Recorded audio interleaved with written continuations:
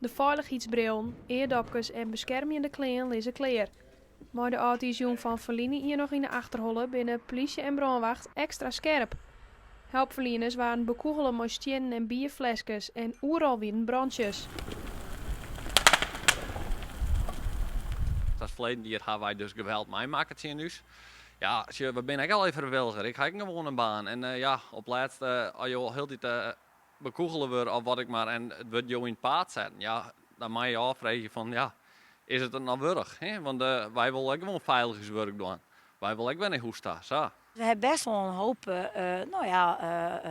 gedoehand en echt brandstichtingen, geweld tegen politiemensen, geweld tegen brandweermensen. Nou, dat was echt wel een pittige nacht. De politie beziekert in onrinnen auto's daar zo volle mogelijk illegaal vuurwerk op te sporen.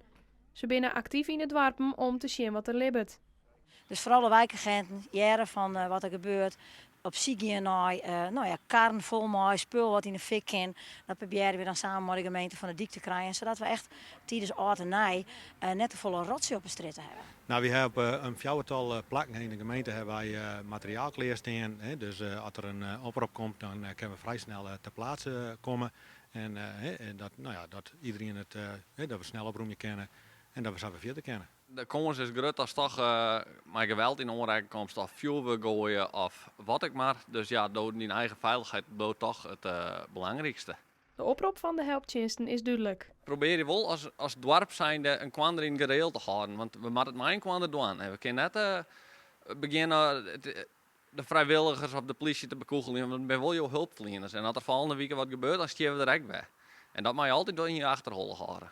Ik wil graag dat mijn mensen en de mensen van de brandweer, maar ik van de gemeente, dat die gewoon op 1 januari om zo'n uur rustig naar huis gaan kunnen. Veilig en wel. En dat ze gewoon weer terug gaan naar hun gezin.